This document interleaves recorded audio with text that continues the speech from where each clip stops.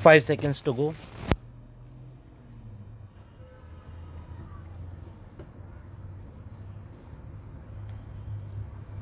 Start. How terribly short our cities continue to be of even basic infrastructure has been underscored in Kochi this month.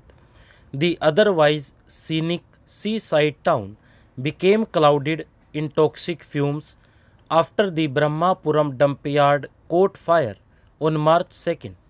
Many people in close vicinity were forced to shift out temporarily, but the winds carried noxious dioxins and furans inside faraway homes.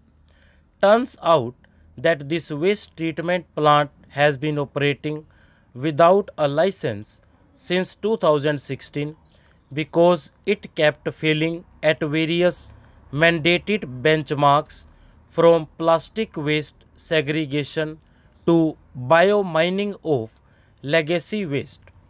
But as the only dump yard in Kochi, the debris kept being sent its way. Tragically, this is a familiar occurrence across the country. Unsanitary mixed waste dumps are regularly leaking serious health hazards into the air, whether it is the Adharwadi and Deonar landfills in Maharashtra or the massive garbage mountains in Gazipur, Okhla, and Bhalaswa in Delhi. The capital's eyesores were supposed to be gone by now, all their legacy waste remeditated. Instead, fresh wet waste continues to be dumped there daily.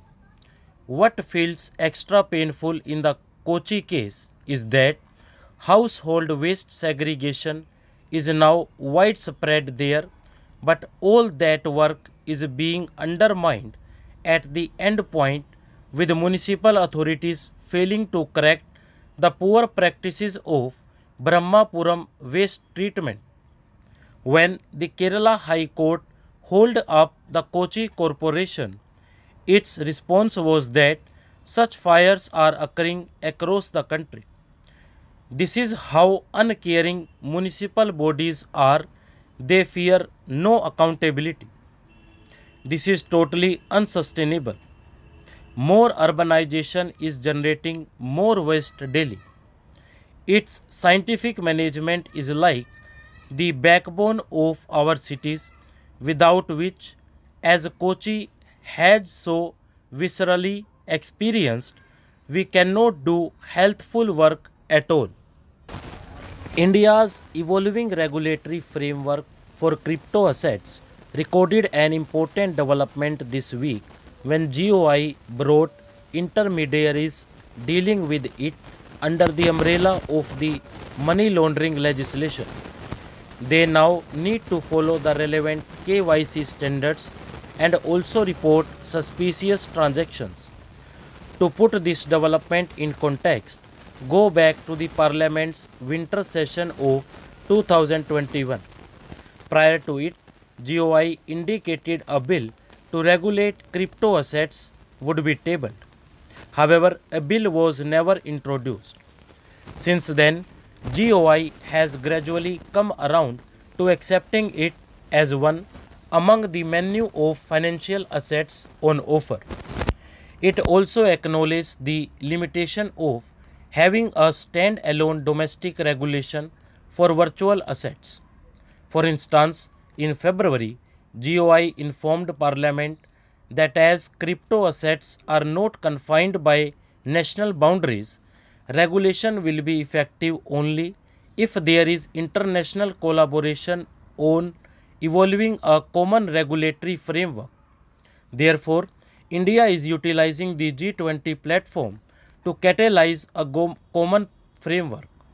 Separately, RBI had asked financial intermediaries it regulates to follow KYC norms and other relevant standards for remittances following transactions in crypto assets.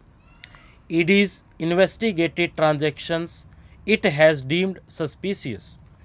As on January 31st, the agency had arrested 5 people and attached assets valued at rupees 936 crore in relation to those transactions. Given this background, GOI's latest notification is a corollary to recent developments. Crypto assets need to be treated as a financial asset, with intermediaries required to follow reporting standards. Stop.